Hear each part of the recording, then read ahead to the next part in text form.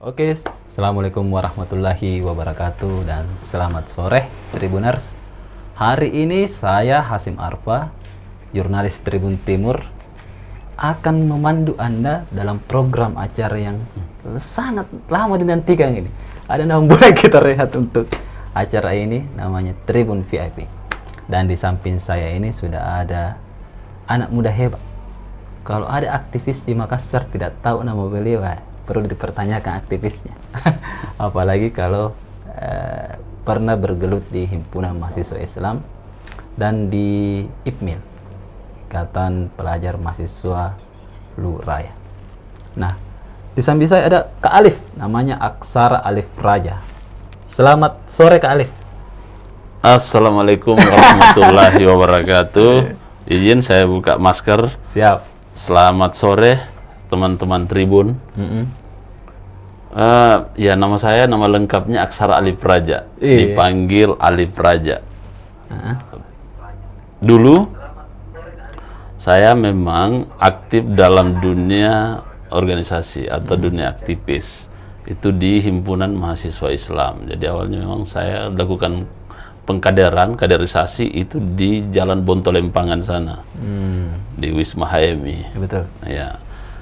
Tapi setelah itu masuk dalam dunia kampus, itu sangat banyak dinamika, sangat dinamis perjalanan kemahasiswaan itu. Karena di HMI ada juga organisasi pers mahasiswa. Jadi saya sempat bergelut dalam dunia pers mahasiswa yang namanya dulu PPMI, Perhimpunan Pers Mahasiswa Indonesia. Kemudian dipeloporilah oleh senior-senior Tribun juga, Tribun dan media yang lain atau aktivis pers mahasiswa membentuk yang namanya Perhimpunan Pers Mahasiswa Makassar. Betul. Dulu akhirnya lahirlah semua itu. Mulai teman-teman UNHAS, UNMU dan segala macam, semuanya membentuk itu. Tetapi PPMI sebagai payung pers mahasiswa Indonesia itu tetap utuh dan ada, eksistensinya tetap terjaga sampai hari ini. Nah, setelah itu ya saya aktif di dunia kemahasiswaan organisasi kedaerahan. Kedaerahan itu kan ukurannya sangat sederhana. Satu, lahirnya dari kampung mana atau kabupaten mana, atau yang kedua dilihat dari bahwa bapaknya dari mana. Misalnya bapak saya orang Makassar, Jendeponto misalnya, masuk di HPMT, Himpunan Pelajar Mahasiswa Teratia. Mama saya misalnya orang Luwu misalnya, masuk di IPMIL misalnya, kayak gitu kan. Mama saya orang anak orang Bantaeng, HPMB, IPMA Bulukumba, kan gitu semua. Tetapi alhamdulillah dunia kemahasiswaan, dunia aktivis atau dunia organisasi yang banyak membentuk karakter saya dalam melakukan setiap langkah atau sebagai bentuk perjalanan hidup yang membentuk pikiran dan tindakan saya sampai hari ini. Gitu Om Hasim. Jadi dua ini? Ya, HMI yang paling dominan lah. Iya. Kira-kira gimana sih kehidupan HMI dulu Kak Alif ini? Apa sih yang mungkin yang paling dikenang waktu ketika masih jadi mahasiswa? Ya, HMI dulu waktu pertama kali kan ada namanya, sebelum basic training ada namanya Maperca. Maperca itu diperkenalkanlah kita di kampus misalnya, apa itu HMI dan segala macam. Setelah itu dalam tanda petik ada sedikit paksaan. Selain persoalan rasionalitas tentang apa itu HMI, apa itu organisasi dan segala macam kan gitu. Karena persoalan senioritas yang paling dominan itu, masuklah kita ikut basic. Meskipun dalam basic trainingnya itu mulai setelah Isya sampai subuh kita digembleng dengan materi-materi dari senior-senior. Ya alhamdulillah sampai ikut basic training sampai, ya saya di HMI pengkaderannya sampai intermediate training terakhir di Jakarta.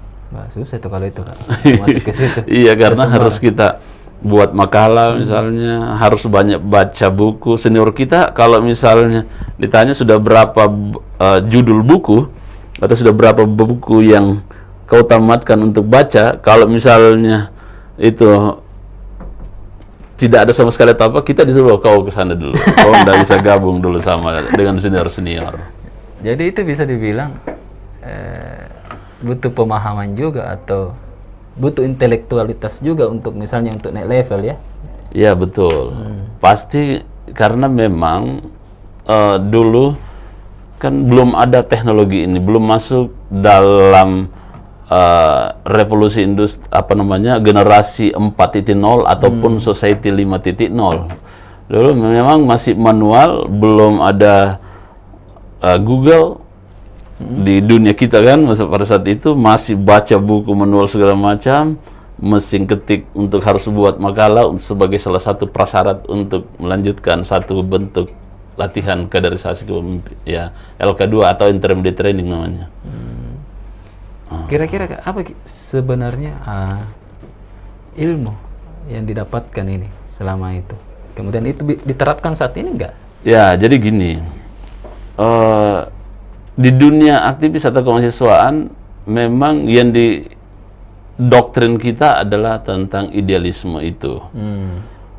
Ya, kalau kan di dunia aktivis itu kan ada kanan, ada kiri, ya misalnya ada sekuler atau ada misalnya ke kiri-kirian, ya kan banyak macam organisasi dulu tuh. Ada HMI, ada LMND, Liga Mahasiswa Nasional untuk Demokrasi, yang notabene dianggap sebagai bahwa itu turunannya PRD misalnya, ataupun misalnya organisasi buruh. Nah itu kan teman-teman melakukan proses pendampingan misalnya. Nah itu semua itu menjadi bagian dari referensi hidup untuk melakukan perjalanan hidup hari ini. Makanya ya saya sangat bersyukur mengenal dunia organisasi atau aktivis, karena banyak memberikan peran untuk cara mengambil tindakan ataupun cara melakukan silaturahmi atau merawat silaturahmi dengan semua elemen masyarakat. Jadi saya bisa bergaul dengan tukang becak atau bentor hari ini, atau saya bisa bergaul dengan selepel menteri juga sudah saya lalui dengan itu. Saya bisa, jadi panjang sejarahnya. Saya tidak mungkin bisa jadi ketua AMPI Sulsel kalau misalnya saya bukan background saya adalah background aktivis atau organisasi kemahasiswaan.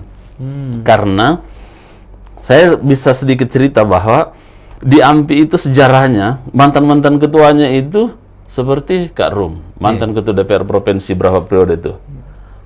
Ada Pak Mentan, Syahrul Yassin Limpo. 3 periode Pak Rum. Ada Pak Mentan, mantan ketua AMPI Sulsel juga beliau. Sudah jelas ini, Pak Rum sudah, ya pada saat itu memang juga dia sebagai senior yang sebagai dosen di Unhas sebelumnya masuk tetapi memang sudah aktif di Golkar, kan, di AMPI. Kemudian ada Pak Sahrul. Pak Sahrul bapaknya perwira kan, ya, FKPP tentara kan, jenderal pada saat itu ya, selevel itulah. Kemudian ada Pak Nurdin Halid, ada Pak Ilham juga itu aktif. Ada juga mantan Bupati Bantaeng sekarang, Pak Ilham Asikin. Betul. Saya ini anak muda yang tidak punya latar belakang dalam tanda petik oleh keluarga siapa, tetapi memang backgroundnya adalah dunia aktivis atau organisasi. Ya, makanya satu bentuk yang bisa, salah satu instrumen lah sampai saya bisa terpilih menjadi ketua AMPI Sulsel. Itu nampaknya dibicarakan secara empat mata saja Kak, kalau kenapa misalnya bisa terpilih. Dulu saya itu tadi saya maksud bahwa dunia aktivis adalah mengajarkan saya untuk menjaga bersilaturahmi ke siapapun. Jadi selevel menteri pun, anggota DPR atau pejabat bupati, gubernur dan segala macam, itu saya bisa berkomunikasi dengan itu karena background aktivis saya. Jadi saya memang dulu pada saat jadi perjalanan saya di HMI, saya kan di HMI Jawa Makassar tuh. Kemudian karena HMI sangat dinamis, mungkin sangat banyak kadernya sampai harus dibentuk 3 cabang ini di Makassar. Ada namanya Makassar Timur, ada Makassar, ada Goa Raya. Itu 1. 3, jadi 3. Di Goa Raya itu salah satu sejarahnya dualisme, hadirnya dualisme. Goa Raya dulu itu saya sendiri adalah ketua umumnya dengan ada satu saudara saya yang jadi hakim di, kalau saya tidak salah sekarang hakim di Pengadilan Agama Baru. Kalau saya tidak salah ya, si Ucu itu. Jadi dia paksi yang satu, saya paksi, ya dianggap paksi Tribun Timur dulu karena sempat diberitakan oleh teman-teman Tribun Timur kan bahwa ada ini dualisme kepengurusan. Nah, dari situ saya dekatlah beberapa anggota DPR tadinya. Misalnya Ibrahim Ambong. Kemudian ada Idrus Marham. Iya. Ya, Pak NH, Pak Sahrul juga waktu masih wakil gubernur zaman Pak Amin Sam. Itu saya banyak inilah sama beliau berdiskusi tentang kepemudaan dibawa oleh mantan Kadispora kalau saya tidak salah Pak Andi Ilham Gasaling. Betul. Ya, Andi itu ya pada saat itu saya banyak inilah sama beliau-beliau semua tanpa melihat siapa paksi ya background politiknya. Jadi saya tetap melakukan komunikasi yang cair, yang lentur kepada semua senior-senior. Nah, kemudian tapi perjalanan hidup untuk masuk ke dalam setelah aktivis kemarin, sebelum ketua AMPI, memang saya banyak digambling oleh Pak Idrus Marham. Meskipun berbeda. Beliau anak MPMI. Pak Idrus itu adalah PMI, mantan ketua Pergerakan Mahasiswa Islam. Dia juga ketua BKPRMI. Remaja Masjid seluruh Indonesia. Di mana nyambungnya gitu? Tidak nyambung ini, tetapi itu bisa lentur komunikasi itu, malah kualitas silaturahminya sampai ke persoalan persaudaraan sama beliau. Jadi tidak ada lagi sekat, hanya berbeda rahim saja. Iya, gitu mungkin. Jadi kalau persoalan terpilihnya, pertanyaannya tadi sampai misalnya bisa menjadi ketua AMPI Sulsel, ya mungkin karena perjalanan hidup saya dilihat bahwa ini punya integritas misalnya, anak muda ini punya visi misalnya untuk membangun organisasi, sampai padahal ada anak-anak pejabat di zaman itu pada saat musyawarah kemarin. Kan kita ganti ke Ilham, tak? Iya, ganti Pak Ilham Asikin. Sebenarnya ada beberapa tokoh anak muda yang mau maju, yang punya latar belakang bahwa punya anaknya siapa, anaknya bahkan ada anaknya kita AMPI juga, mantan kita AMPI juga. Saya sebenarnya itu wakil ketua DPP AMPI di Jakarta. Tapi saya pada saat itu memang setelah misalnya saya bilang memang pada saat diminta juga sama Pak Bupati Bantaeng di zaman kemarin bahwa Dinda, ini tongkat stafet kepemimpinan AMPI Adinda yang harus lanjutkan. Ya. Saya bilang banyak kader-kader yang lain yang bisa melanjutkan kepengurusan ini, saya bilang. Dalam tidak, Adinda yang mau diberikan amanah. Saya bilang saya mau maju ketua AMPI, tapi saya sudah tahu diri saya bahwa saya menang. Oh gitu, salah iya. Saya senang bertarung, tetapi pertarungannya saya harus menang duluan sebelum bertarung. Gitu. Jadi saya sudah tahu kemenangan itu. Kayak filosofis perannya Sun Tzu. Begini, anak muda, ya memang, saya tuntas di buku 36 strategi mancing harimau turun gunung. Jadi, ada 36 strategi itu, dan semua, misalnya strateginya adalah meminjam pisau lawan untuk membunuh lawan. Satu misalnya. Atau yang sederhana saja, lari. Strategi ke-36-nya itu di bab 36 itu lari.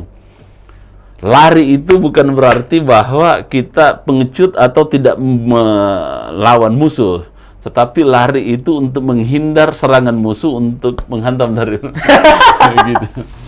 Atau pertahanan yang paling kokoh adalah menyerang. Gitu. Kayaknya itu dipakai filosofi bola sekarang. Itulah yang dipakai. Padahal ada memang di situ. Ada memang anunya. Iya, anak muda harus memiliki bahwa untuk menjadi anak muda, pemilik masa depan harus menciptakan hari ini masa depannya.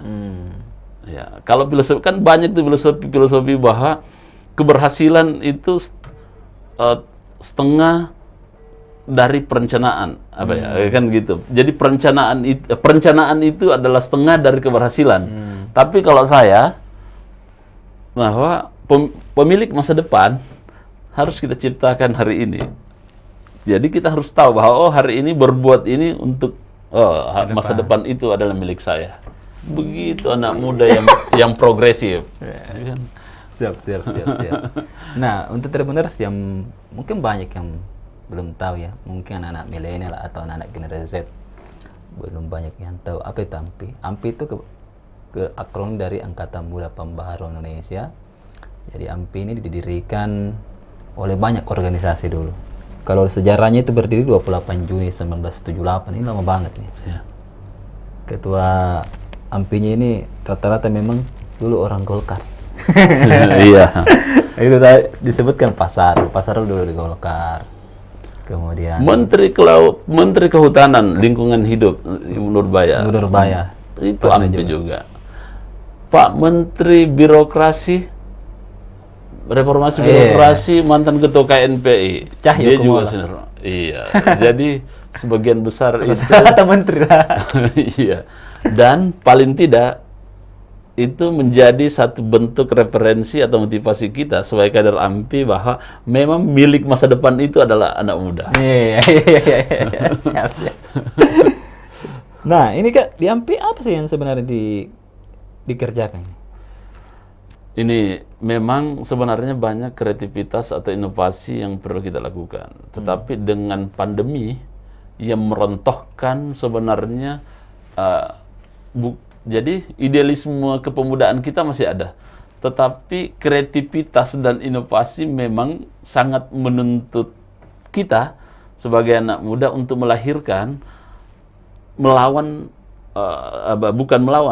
menerima pandemi ini, tetapi harus mensiasati bahwa pandemi ini adalah peluang. Bayangkan misalnya rapat-rapat pengurus harian atau rapat pleno kita harus nge-zoom misalnya, rapat virtual karena adanya pandemi. Tetapi tidak merontohkan semangat kita sebagai anak muda untuk melahirkan. Makanya saya sebagai anak muda juga melahirkan satu satu bisnis baru atau gini. Saya lahirnya dari kampung.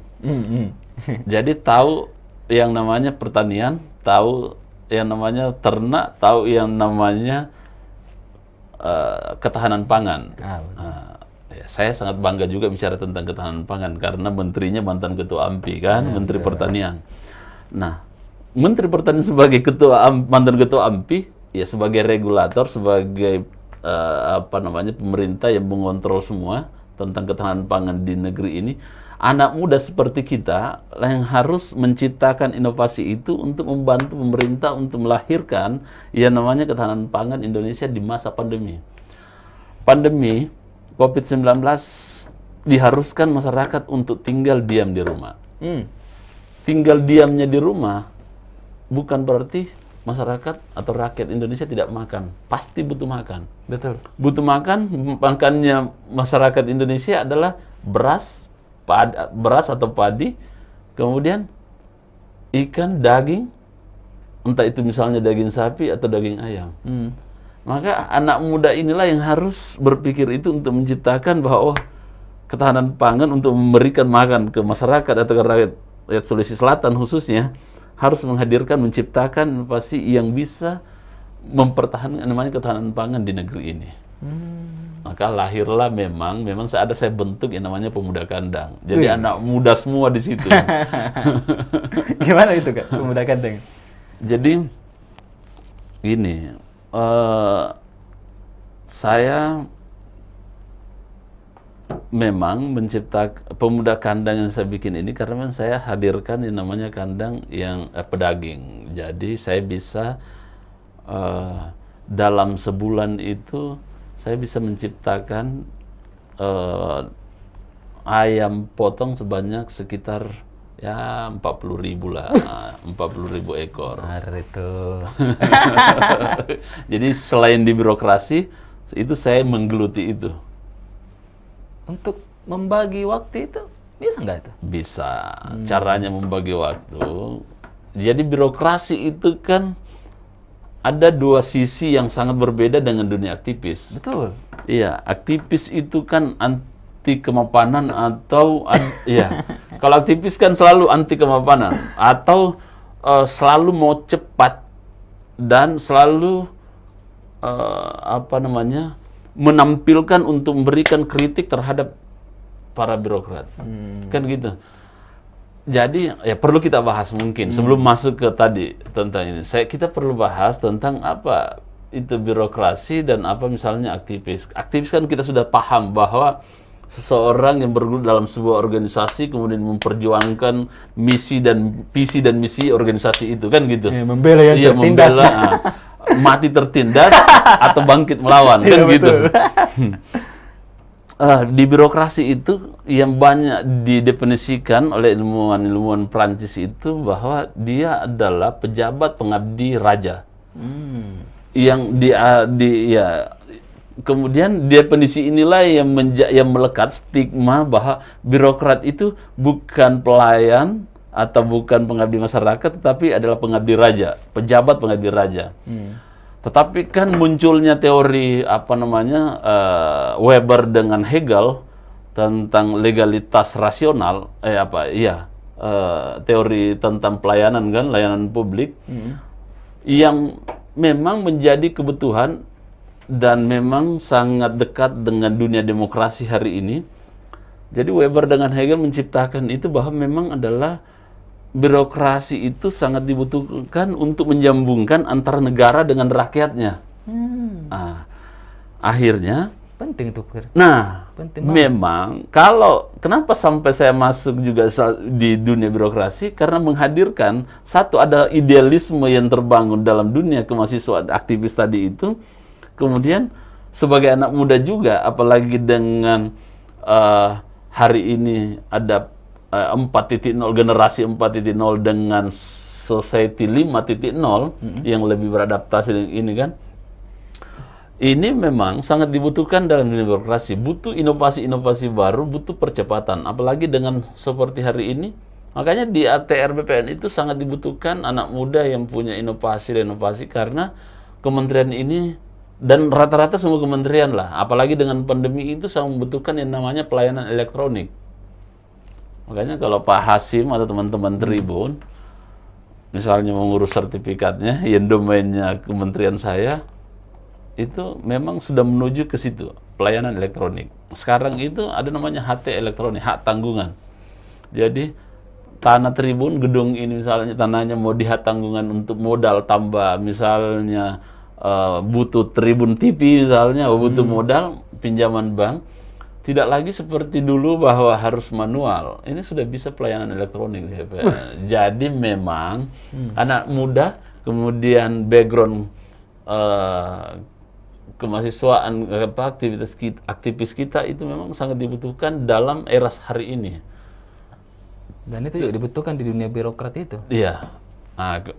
Jadi memang harus ada sinergitas.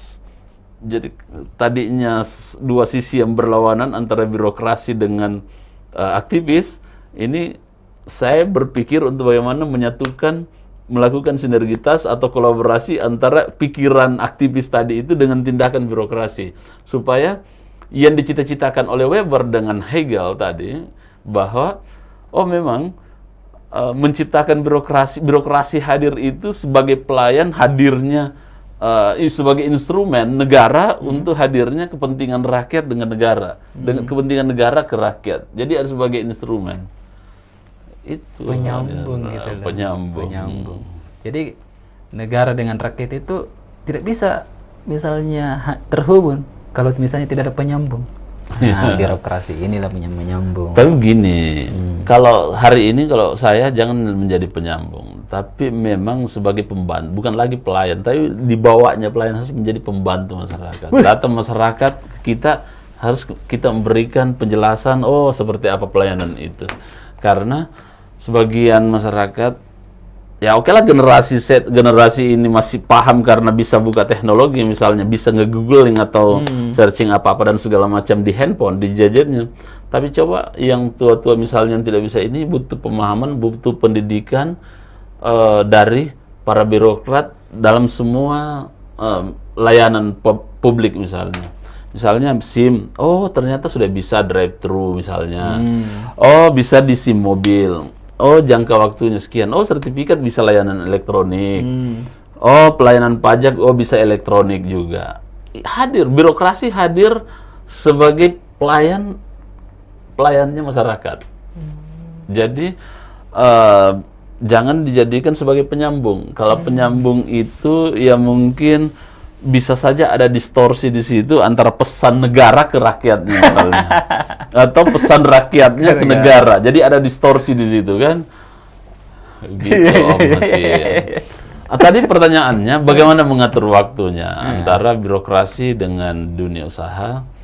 Jadi birokrat kan 7:30, jam 4:30 waktunya. Setelah itu kan sekarang serba elektronik.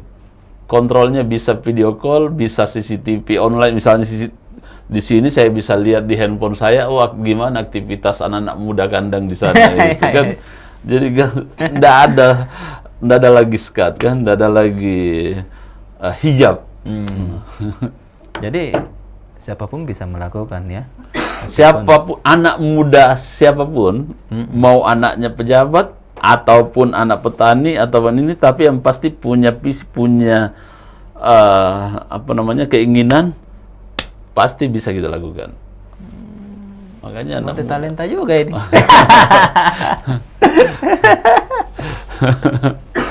Aduh. Ya sudah tadi birokrat. Iya. Khalid dulu kan seorang aktivis. Sudah diberitakan tadi tentang kehidupan mahasiswa dulu. Memang dulu bercita-cita jadi birokrat enggak? Apalagi di Kementerian ATR, aduh. Aduh. Tribuners yang berhubungan dengan Kementerian ATR BPN itu, waduh. Kita melakukan ini salah di sisi ini biasanya ya, di daerah gitu ya. Melakukan di sisi ini salah juga. Jadi serba salah biasanya. Dan sering kali kalau ada masalah tanah dipanggil ke pengadilan. Jadi gini, budaya orang tua di kampung itu kan selalu tingkat kemapanan keberhasilan seorang pemuda ketika misalnya pergi ke sekolah adalah ketika misalnya dia menjadi PNS atau birokrat. Ya, pasti itu semua itu.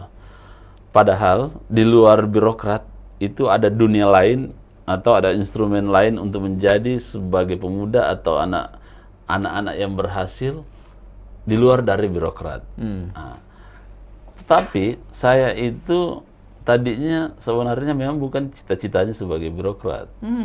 Jadi perjalanannya. Tetapi pas dalam perjalanan hidup saya, ternyata kan dalam satu grup, kelompok misalnya, atau dalam satu komunitas, pasti kita akan selalu berpikir bahwa untuk sebagai satu bentuk paripurna kelompok atau komunitas itu, maka harus ada yang menjadi pengusaha, harus ada menjadi politisi, ada menjadi birokrat, atau ada menjadi polisi, ada menjadi tentara misalnya. Dalam satu komunitas itu, maka dari satu komunitas itu, sayalah terpilih untuk menjadi birokrat. Meskipun stigma yang terbangun lagi-lagi bahwa birokrat itu akan menghilangkan idealisme kita pada saat menjadi. Iya, karena kan ketat sekali ya. Sekarang bukan lagi persoalan idealisme, tetapi sekarang adalah yang dibutuhkan adalah inovasi dan kreativitas anak muda untuk menjemput generasi 5.0. Itu yang kita butuhkan dengan mensiasati COVID-19. Jadi COVID-19 bukan sebagai penghambat untuk majunya sebuah negara atau bangsa atau daerah ataupun ekonomi rumah tangga kita, tetapi itu adalah peluang kita untuk melahirkan, menciptakan ide bahwa ternyata pandemi itu mempunyai ruang untuk kita melahirkan entah itu ketahanan pangan ataupun melahirkan satu bentuk kreativitas atau inovasi yang berguna untuk orang lain. Jadi meskipun ini jadi hambatan ya, itu jangan dijadikan hambatan itu COVID. Tetap aja kita melakukan produktif. COVID harus dijadikan sebagai peluang. Ya. Pakai masker itu bukan lagi sebagai syarat, tetapi itu menjadi sebuah kebutuhan atau budaya atau dia adalah lifestyle. Supaya masker itu bukan karena COVID, tetapi dia adalah lifestyle kita. Ya. Siap. Nggak sempurna ketampanan kita di saat kita memakai masker. Itu yang perlu dikampanyekan anak muda itu. Gitu. Tapi biasanya kan kalau aktivis itu biasanya masuk ke pemerintahan daerah atau pemerintahan yang berhubungan dengan pelayanan rakyat, yang misalnya banyak kepala dinas nih, senior kita nih. Kita sendiri masuk ke BPN sendiri yang justru pengaturannya ke hak properti. Nah, inilah saya mau menceritakan juga karena Tribun ini membuka ruang anak muda sebenarnya. Jadi harusnya saya sebagai mantan aktivis misalnya atau anak muda yang backgroundnya di organisasi ini harusnya menjadi peluang bagi teman-teman atau adik-adik atau junior ataupun senior yang punya visi untuk bergelut dalam dunia properti bisnis misalnya. Bukan berarti bahwa saya dimanfaatkan untuk hal-hal yang tidak sesuai yang terang, tetapi saya mencoba membuka ruang bahwa misalnya gini, anak muda itu untuk bisa maju harus melahirkan satu usaha atau bisnis baru misalnya. Untuk melahirkan salah satu bisnis baru untuk bisa membuka dunia usaha adalah bisnis properti.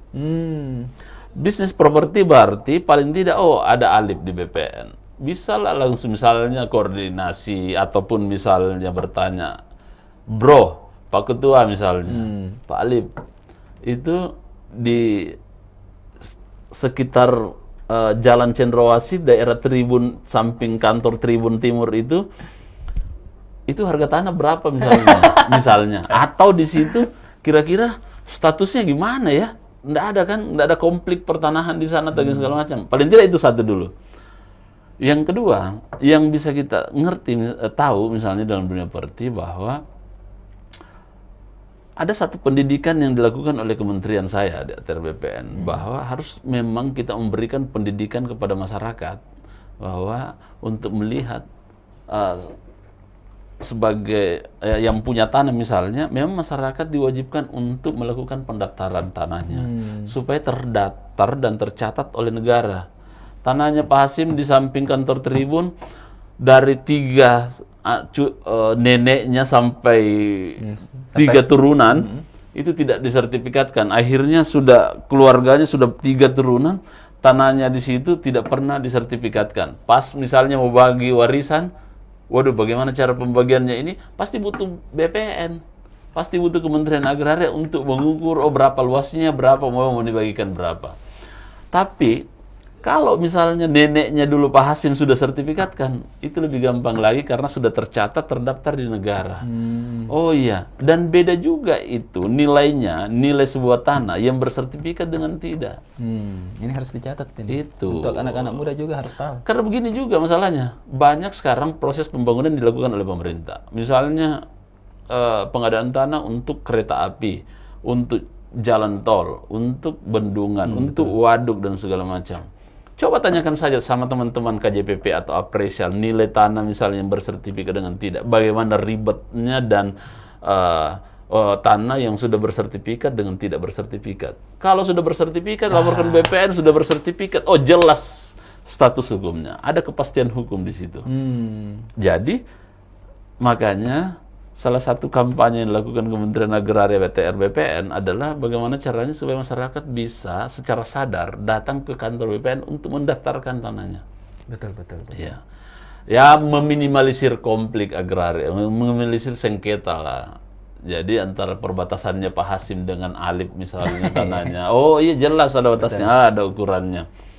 Dan sekarang makanya ATR BPN sekarang itu sudah punya aplikasi Sentuh Tanahku. Masukkan nomor sertifikat, kita sudah bisa melihat plottingnya. Oh, ternyata tanah saya sudah terplot. Oh, alhamdulillah sudah bersertifikat. Kalau misalnya ada sertifikat memasukkan Sentuh Tanahku tidak bisa, berarti Pak Hasim harus ke kantor BPN untuk memplotting pemetaan karena belum terupdate datanya. Begitu Pak Hasim. Jadi harus didaftarkan Tribuners tanahnya.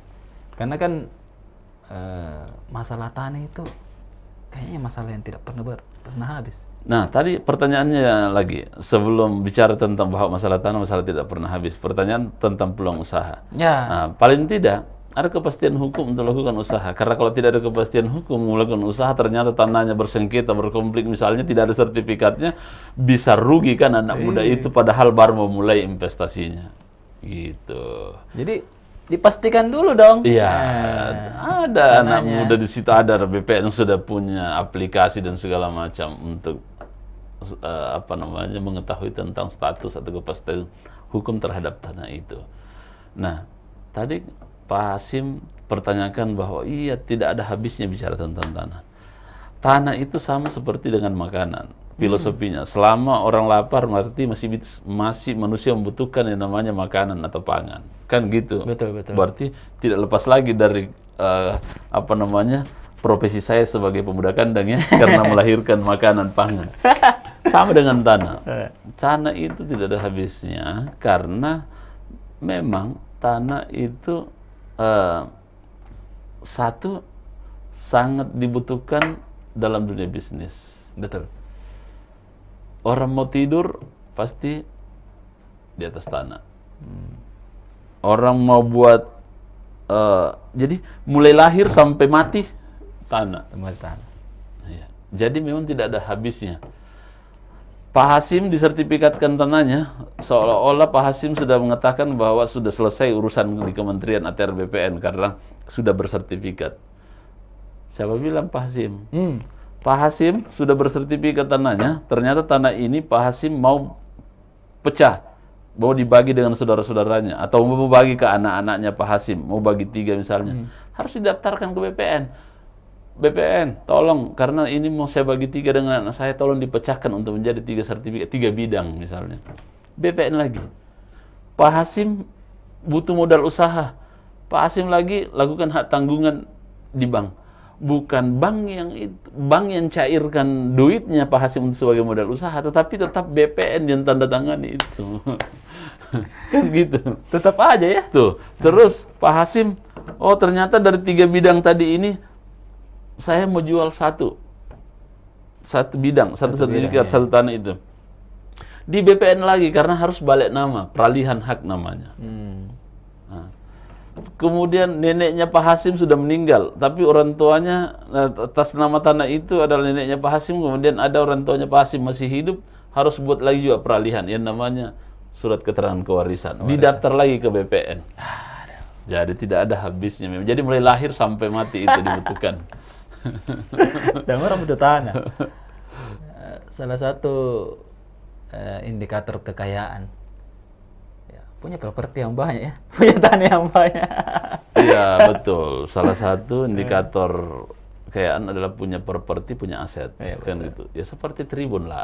Iya, Tribun punya aset, punya gedung itu di atas tanah. Oh luasnya berapa, kan gitu. Betul. Penilaiannya, oh iya sekian. Oh luasnya sekian. Oh nilai tanahnya sekian. Oh berarti kekayaannya sekian. Itu kan. Masih bisa dihitung ya. Iya. Siap. Itu secara empiris. Ya, memang kalau misalnya kita ideologinya adalah materialisme, kan? Butuh juga dong. Bagaimana caranya orang bisa hidup kalau misalnya tidak punya aset, tidak punya tanah misalnya. Nanti tidak ada diwariskan.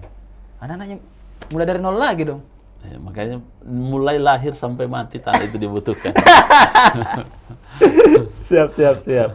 Nah, selama berkarir ini kita masuk ke BPN, apa sih yang menjadi tantangannya?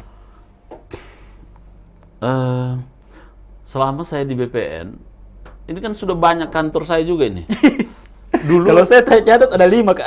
saya dulu itu di Jakarta. Jadi tesnya di sini, langsung Jakarta dulu 1 tahun lebih lah.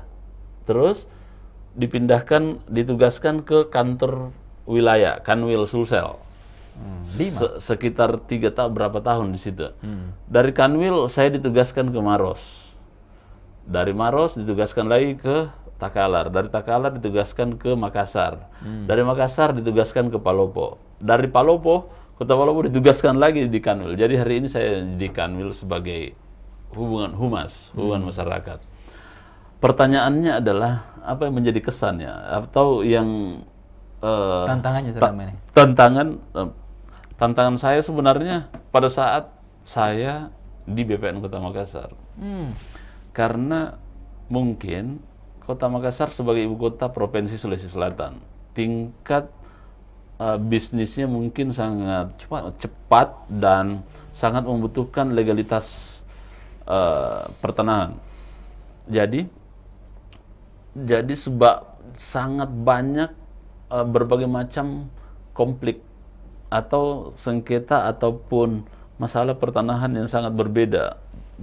Setiap orang datang berbeda karakter dan berbeda masalah tanahnya. Iya. Itu menjadi tantangan. Jadi misalnya gini. Orang ini objek tanahnya sudah bersertifikat. Kemudian sertifikatnya ini digadaikan ke orang, ke Hasim misalnya.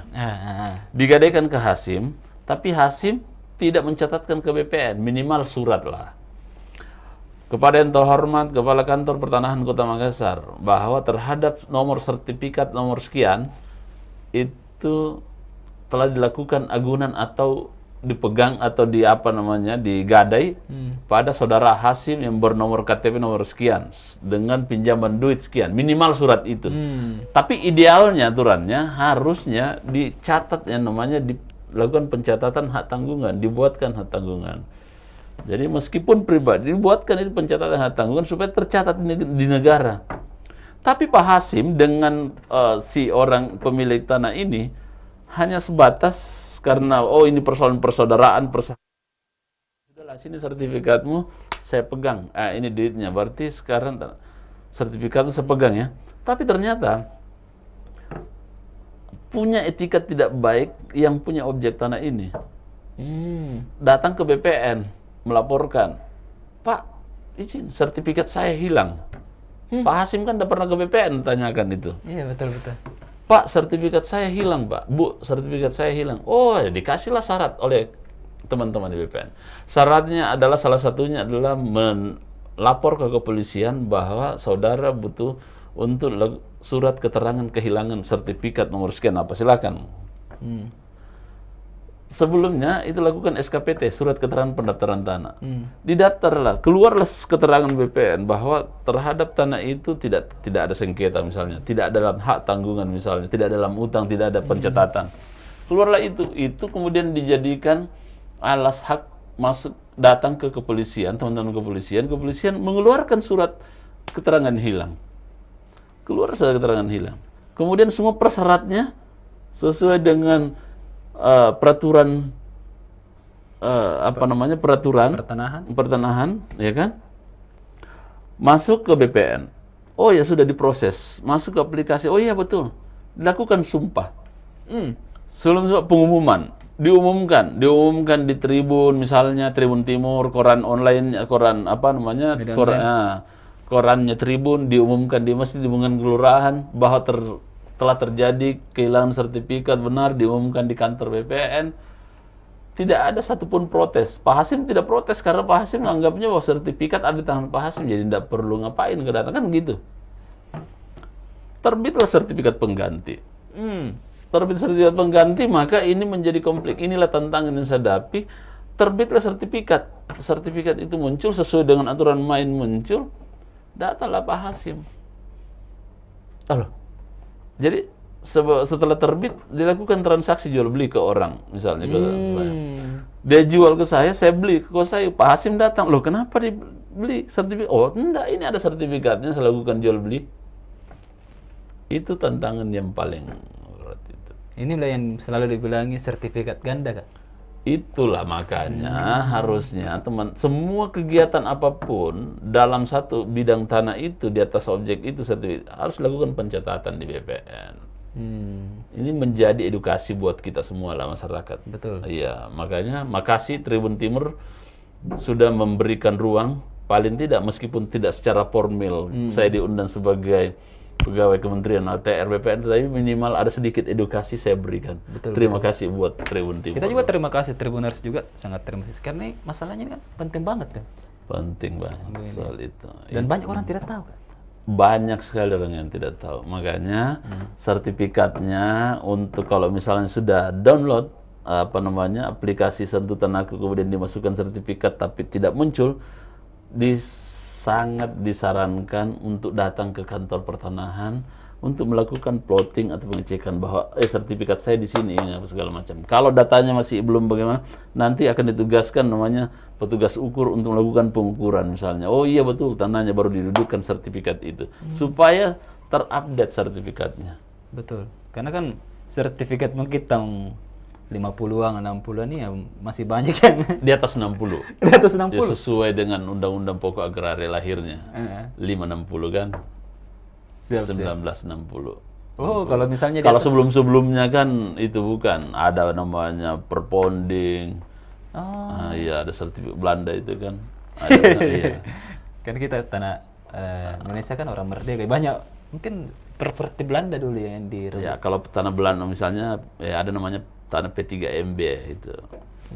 Jadi kalau makanya dengan lahirnya Undang-Undang UCK yang baru itu, Cipta Kerja yang baru itu sangat membantu juga sebenarnya masyarakat khususnya dibilang pelayanan pertanahan. Iya betul, saya sudah rasakan juga Kak. Ya jadi makanya kalau bisa sangat disarankan kepada masyarakat untuk datang ke BPN lah, jangan kemana-mana, ke BPN. Hilangkan stigma itu kan, stigma yang muncul juga seolah-olah BPN mahal dan segala macam. Enggak, seolah susah, enggak susah. Yang susah itu kalau masyarakatnya tidak datang ke kantor pertanahan untuk bertanya. Apalagi sekarang sudah online dan gampang sekali untuk, karena dengan kecanggihan teknologi sekarang sudah ini kan. Begitu. Dari rasa ini sudah hampir 1 jam. Mungkin ada beberapa pertanyaan terakhir ini. Selama jadi ketua AMPI ini kita tinggalkan lagi nih tentang BPN. Kita masuk lagi ke AMPI. Ada tidak panutan?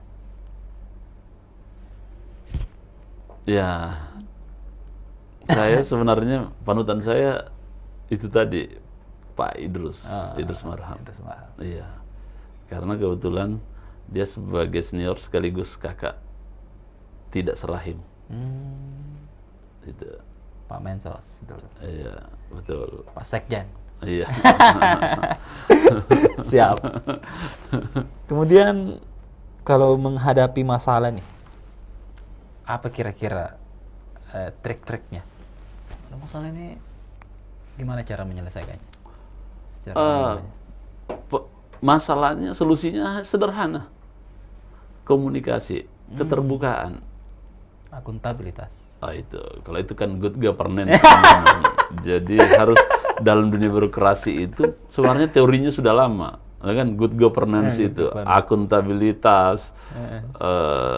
Ya harusnya nilai-nilai itu sudah lama, tapi dengan hadirnya semua teknologi itu sebenarnya itu adalah jawaban dari good governance. Jadi teknologi ini ya eksekusinya dari teori tadi itu. Ya, betul. Makanya sebenarnya birokrasi sekarang itu adalah birokrasinya di teknologi. Kalau itu konsep teorinya Weber dengan Hegel itu tadi. Hadirnya satu pemerintah, birokrat itu karena untuk menjadi pelayan bagi kebutuhan masyarakat ke negara dan negara ke masyarakat. Yang harus hadir itu, dan teknologi itu hadir itu sebagai jawaban, instrumennya ya, sebagai instrumen. Ada nih target selanjutnya secara pribadi? pasti ada target selanjutnya. Dan saya sangat bersyukur karena di birokrasi di saya aktif di pemerintahan itu Kementerian Agraria.